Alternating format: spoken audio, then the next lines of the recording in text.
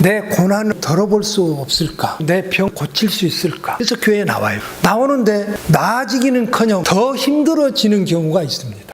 두려워하지 말라. 가만히 있어라. 하나님이 너희를 위하여 싸워주신다. 강팍한 마음을 부드럽게 하셨다. 그 믿음을 선물로 넣어주셨습니다. 이것이 하나님의 구원입니다.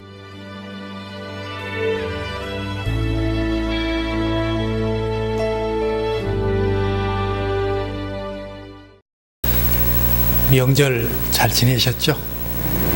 네. 저도 덕분에 아주 방콕했습니다.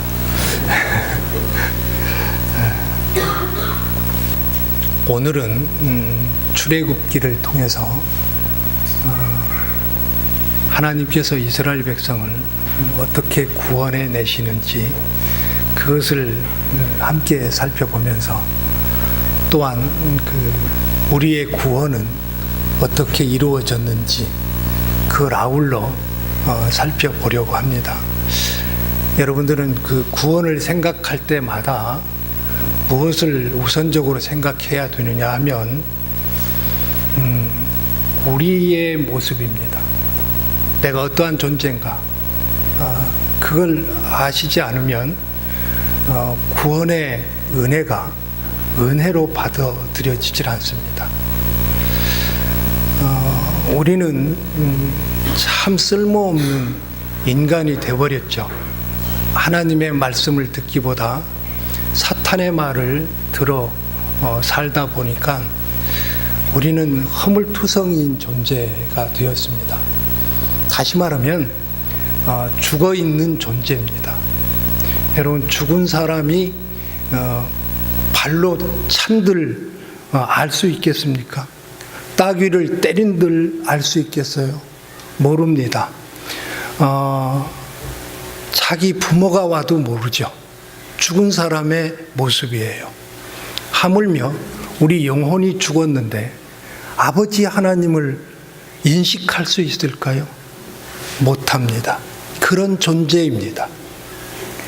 그러니까 구원을 생각할 때는 나라는 존재가 얼마나 허물이 많고 죄가 많은지를 먼저 알아야 됩니다. 두 번째로 하나님의 은혜를 알아야 합니다. 내가 하나님께 구원을 요청해서 하나님이 오신 게 아닙니다. 나는 하나님조차도 몰랐고 오히려 어떤 때는 하나님이 어디 있느냐고 손가락질하던 사람입니다. 그런 나에게 하나님이 오셨거든요. 그래서 하나님의 은혜가 은혜로 구원받았다고 하는 것을 아셔야 됩니다. 그리고 세 번째로 이 구원은 하나님께서 완성시켜 가십니다. 그래서 이 구원은 절대로 중간에 취소되지 않습니다. 우리의 구원은 하나님의 한없으신 사랑으로 이루어진 구원이기 때문에 그렇습니다. 하나님의 구원은 당신의 아들을 십자가에 내어주신 그러한 사랑으로 우리를 구원하셨어요. 우리를 그렇게 사랑하시는데 하나님이 혹 우리를 너는 내 새끼가 아니야 라고 내버리실 수 있을까요? 그렇기 때문에 이 구원은 하나님이 이끌어 가신다고 하는 것을 여러분들은 명심하셔야 돼요.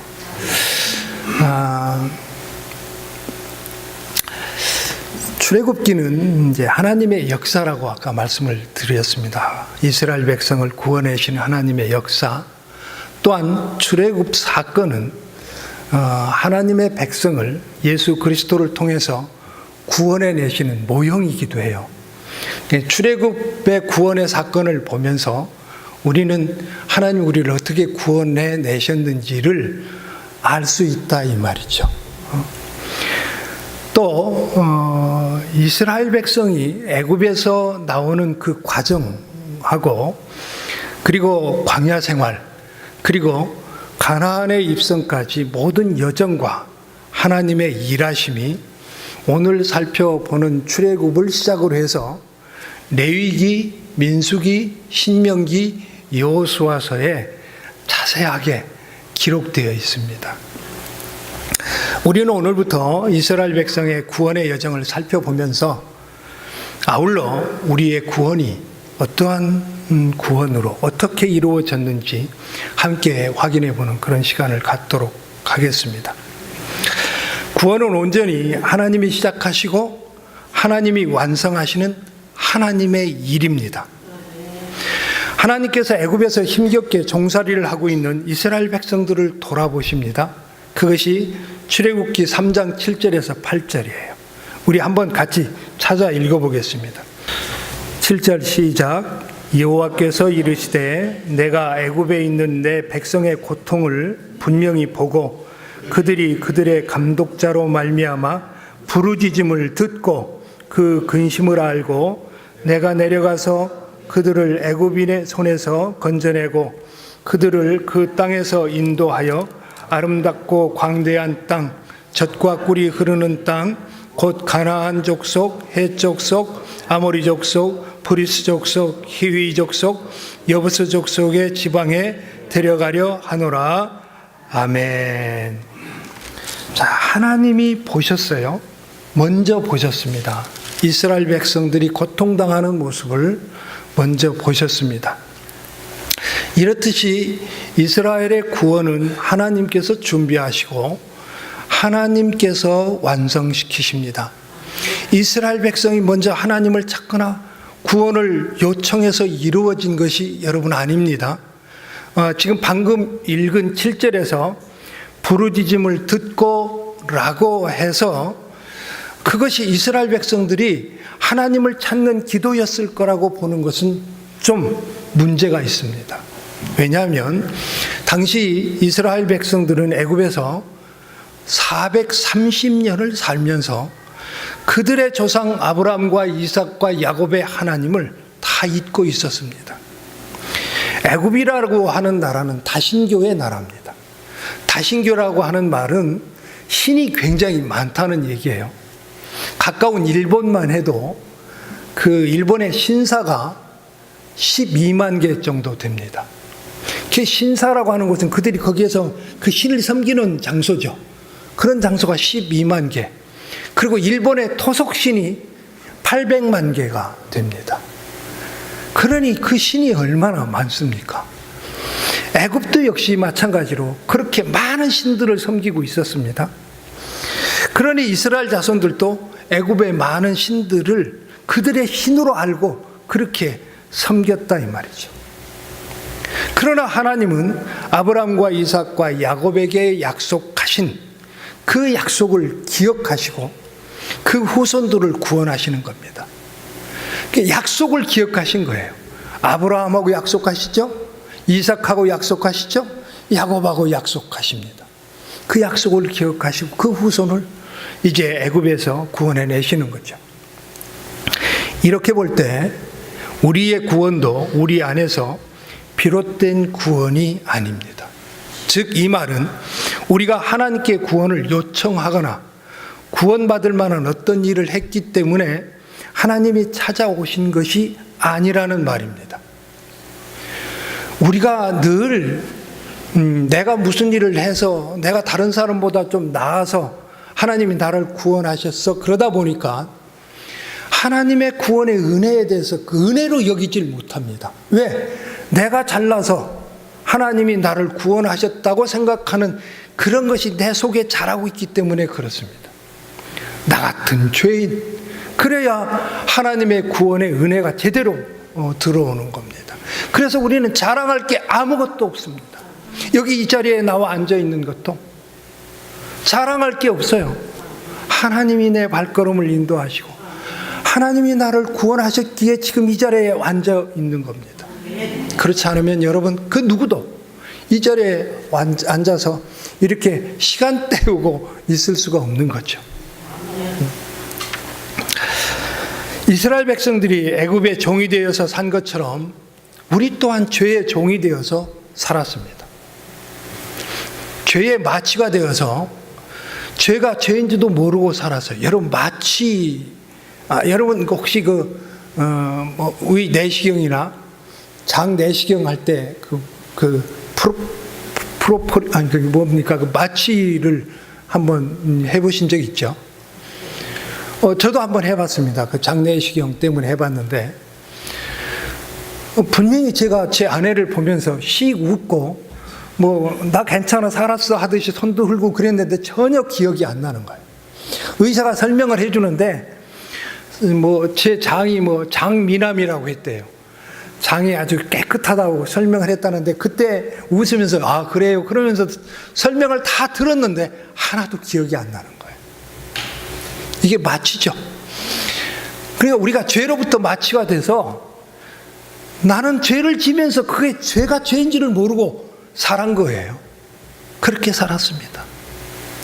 자기의 형편이 어떠한지도 모르고 그렇게 살았습니다.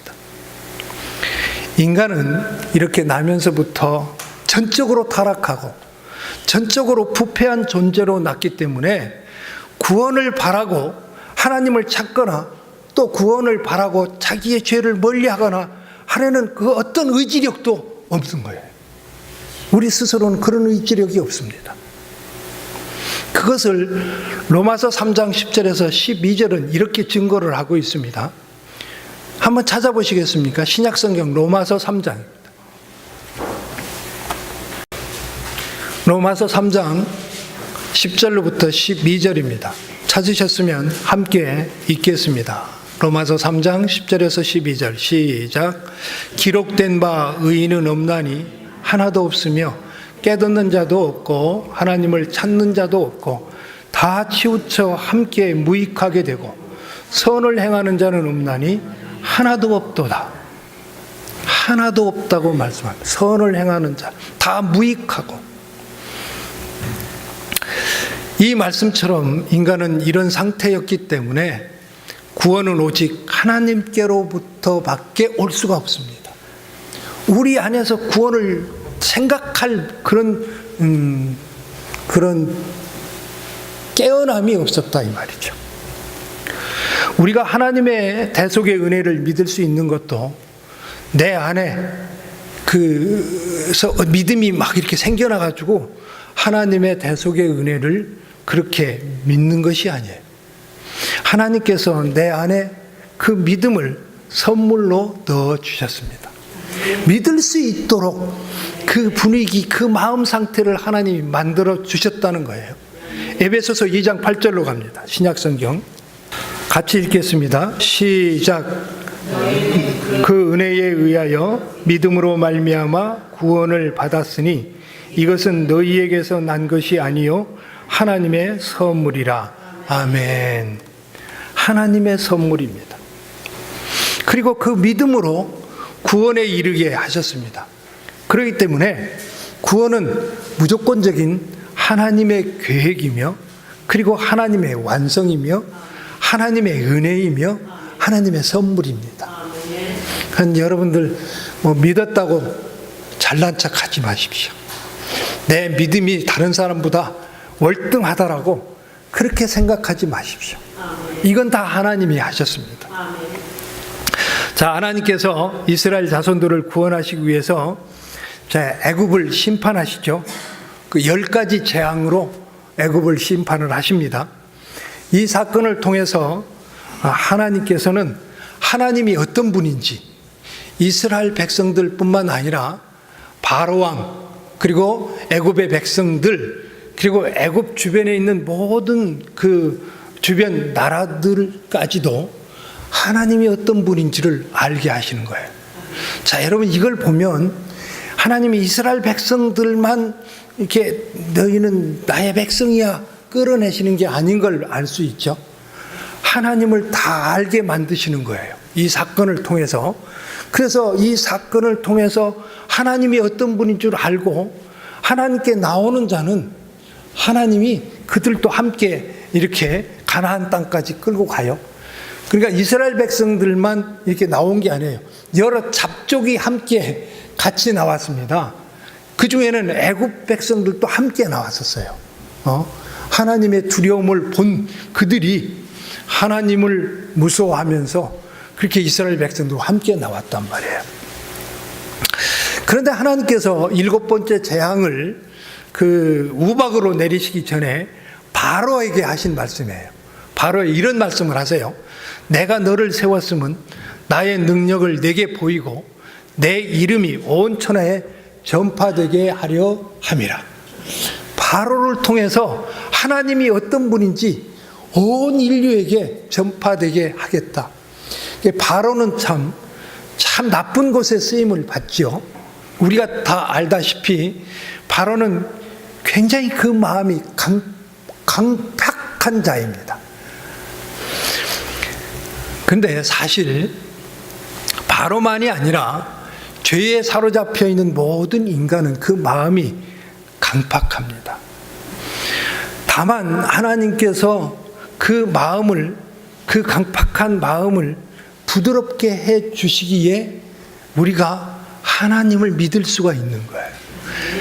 그냥 바로처럼 놔두면 우리는 이 강팍한 마음이 그대로 갈 수밖에 없습니다. 하나님이 부드럽게 하십니다. 에스겔서 11장으로 갑니다. 구약성경 19절로부터 20절입니다. 시작.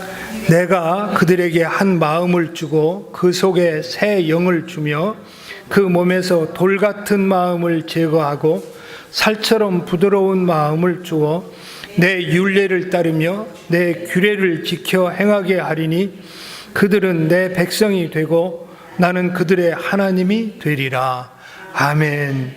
여기서 돌 같은 마음을 제거하셨다. 그 말이 바로 강팍한 마음을 부드럽게 하셨다. 강팍한 우리의 마음을 제거해 주셨다. 그 말입니다. 이렇듯 하나님께서 우리의 돌 같은 강팍한 마음을 제거해 주셨기에 우리는 하나님을 믿고 하나님의 말씀을 사모하고 그리고 하나님의 법을 따르는 하나님의 백성이 된 것입니다. 그러나 하나님은 바로의 그 강팍한 마음을 그대로 놔두셨습니다.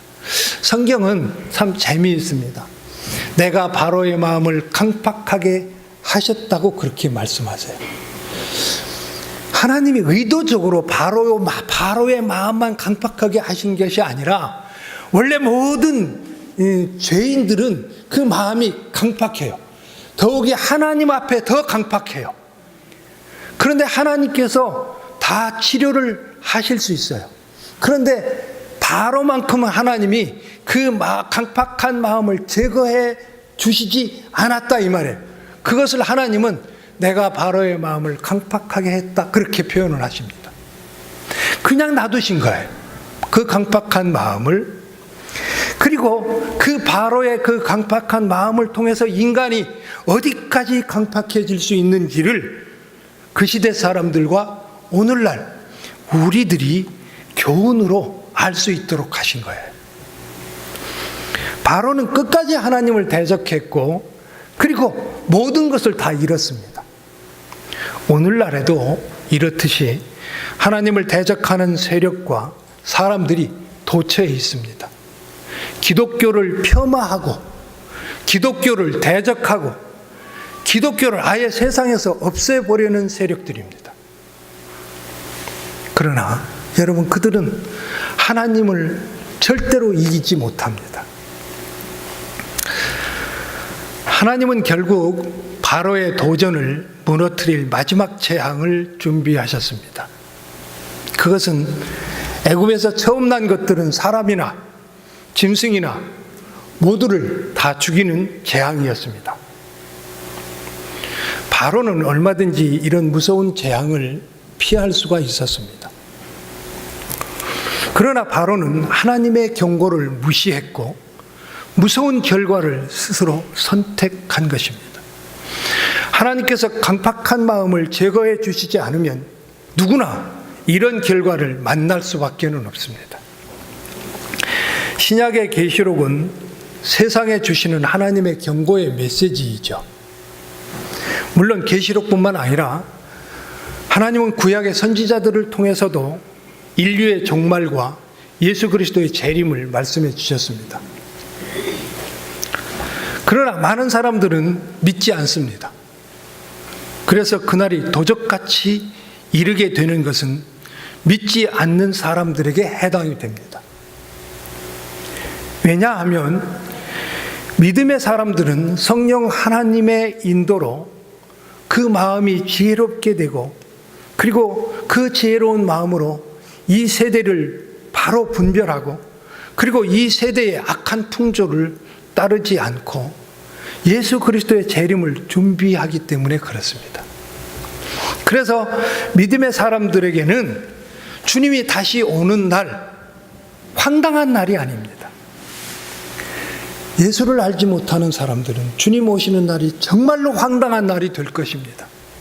그러나 우리에게는 그날이 황당한 날이 되지 않습니다. 그날이 가장 영광스러운 날이 되는 것입니다. 하나님께서는 애굽의 죽음의 재앙을 내리시기 전에, 그러니까 열 번째 재앙이죠. 그것을 내리시기 전에 이스라엘 백성들에게 이렇게 말씀을 하셨어요. 너희는 순결한 어린 양을 잡아 그 피를 좌우 문설 주위에, 문 알죠? 이런 문에 문설주는 이거와 이것이 문설주입니다. 그리고 그 임방 위에 이것이 임방입니다.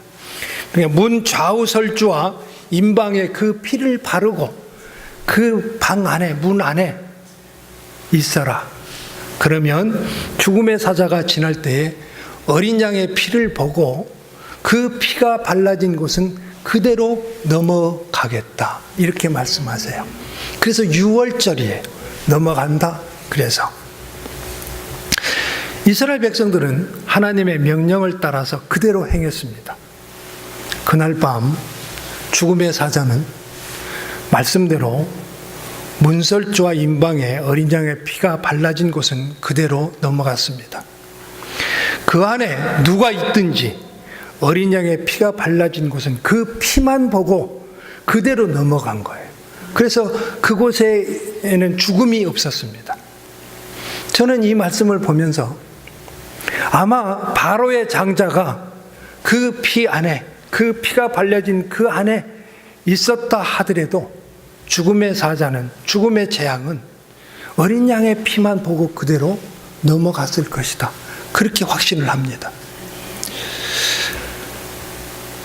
신약 성경은 예수 그리스도를 어린 양이라고 그렇게 표현을 합니다. 우리 요한복음 1장 29절로 가볼까요? 신약 성경 함께 있습니다. 이튿날 요한이 예수께서 자기에게 나오심을 보고 이르되 보라, 세상 죄를 지고 가는 하나님의 어린 양이로다. 아멘. 베드로전서로 갑니다. 신약성경 베드로전서 1장 18절에서 19절입니다. 같이 읽겠습니다. 시작. 너희가 알거니와 너희 조상이 물려준 헛된 행실에서 대속함을 받은 것은 은이나 금같이 없어질 것으로 된 것이 아니요 오직 흠 없고 점 없는 어린 양 같은 그리스도의 보배로운 피로 된 것이니라. 아멘. 우리가 어떤 죄를 회개하거나 그런 것 때문에 우리가 구원을 받은 것이 아니라 이 말입니다. 그러니까 이 말을 오해하지 마십시오. 구원이 먼저 있었습니다. 하나님이 우리를 선택하신 것이 먼저 있었습니다. 그리고 우리에게 회개할 마음을 불어넣어 주셨어요. 그래서 회개케 하셨다 이 말입니다. 우리 주님께서 십자가에서 흘리신 피는 사랑의 피입니다. 그리고 용서의 피입니다. 그리고 죄를 깨끗하게 하시는 피입니다.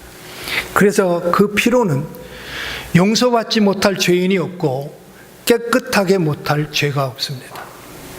하나님께 나오는 자는 그 어떤 죄와 허물이 있을지라도 그리스도의 대속의 피로 말미암아 용서를 받고 하나님을 아버지라 부를 수가 있는 것이죠.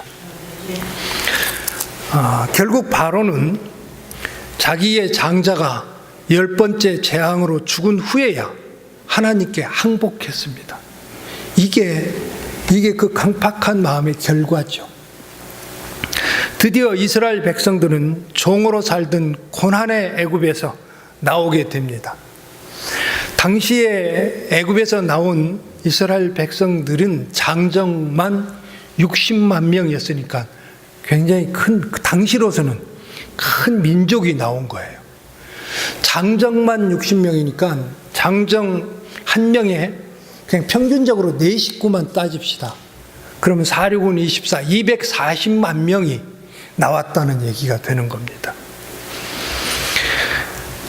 애굽에 들어갈 당시에 야곱을 포함해서 70명이었습니다. 근데 70명의 이스라엘 자손들이 그 자손들을 하나님께서는 애굽의 고센 땅에서 430년 동안 큰 민족으로 키워내신 거예요. 그리고 그들을 그 전능하신 손으로 구원해 내셨습니다. 우리가 출애굽기를 보면서 가장 그 위대한 장면은 홍해를 건너는 장면입니다. 홍해를 건너는 장면, 영화로 보면은 아주 스펙터클한 장면이 되지요. 애굽을 나온 이스라엘 백성들이 홍해 앞에서 잠시 숨을 고르고 있을 때에 두렵고 무서운 일이 벌어졌습니다. 자, 앞에는 지금 홍해 바다예요. 바다가 이렇게 가로막고 있습니다. 넘실넘실 그 바다가 가로막고 있는데 뒤에서 애굽의 군사와 병거가 모래먼지를 일으키고 정말 메뚜기 떼처럼 추격해 오는 겁니다. 바로의 그 강팍함이 여기까지 오는 거예요. 자기 장자가 죽었음에도 불구하고 끝까지 이스라엘 백성들을 추격해 오는 겁니다. 그러니 이스라엘 백성들의 입장에서는 자유를 얻은 기쁨도 잠시죠. 이제 이스라엘 백성들은 앞으로 갈 수도 없어요. 홍해 바다를 건너야 되기 때문에. 그렇다고 뒤로 물러설 수도 없습니다. 왜냐하면 애굽의 군사들이 몰려오기 때문에. 꼼짝없이 이들은 다 죽을 수밖에 없는 그런 상황에 놓이게 됩니다. 이때 이스라엘 백성들의 원망과 불평이 시작됩니다. 여러분, 저는 간혹 그런 것들을 보게 돼요. 하나님께 구원을 받고 교회에 한두 번 나오다가 시험에 드는 분들 많습니다. 왜냐하면 구원이 그렇게 시작돼요. 교회에 가면 좀 내 병을 좀 고칠 수 있을까? 내 고난을 좀 덜어볼 수 없을까? 그런 마음으로 교회에 대부분은 나오게 돼 있어요. 그렇지 않고 뭐 편안하고 먹고 살기 좋은데 왜 교회에 와서 시간을 낭비하겠어요? 힘드니까 나오거든요. 참 하나님의 구원은 그 방법밖에는 없어요. 안 나오니까. 그래서 교회에 나와요. 나오는데 나아지기는커녕 더 힘들어지는 경우가 있습니다. 그러면 시험에 들죠. 뭐 교회에 가면 잘 될 줄 알았더니 뭐 잘 되기는커녕 더 힘만 드네. 이렇게 되는 거죠. 여러분, 사탄이 우리가 하나님께 가는 것을 그냥 놔두겠습니까? 그냥 안 놔두죠.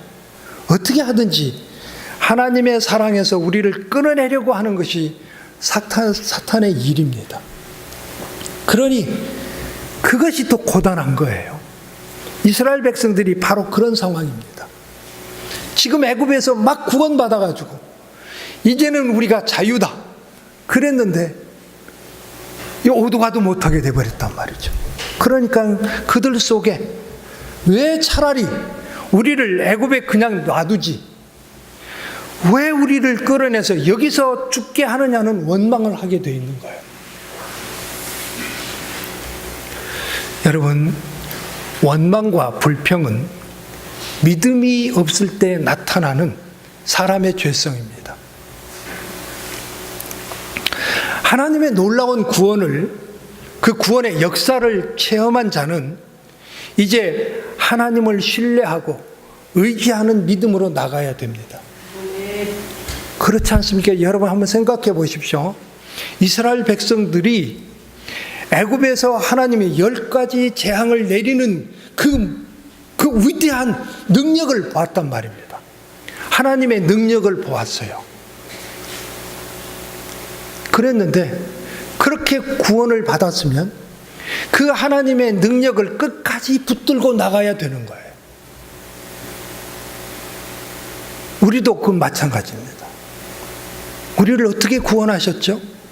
그럼 어떻게 구원하셨다고 생각됩니까? 하나님은요, 하나님의 아들 예수 그리스도를 십자가에 못 박아 죽이시면서까지 우리를 구원하셨어요. 마땅히 우리가 그렇게 죽어야 됩니다. 그런데 하나님의 아들이 우리를 대신해서 죽으셨어요. 그 엄청난 사랑과 그 엄청난 희생을 통해서 하나님이 우리를 구원하셨단 말입니다.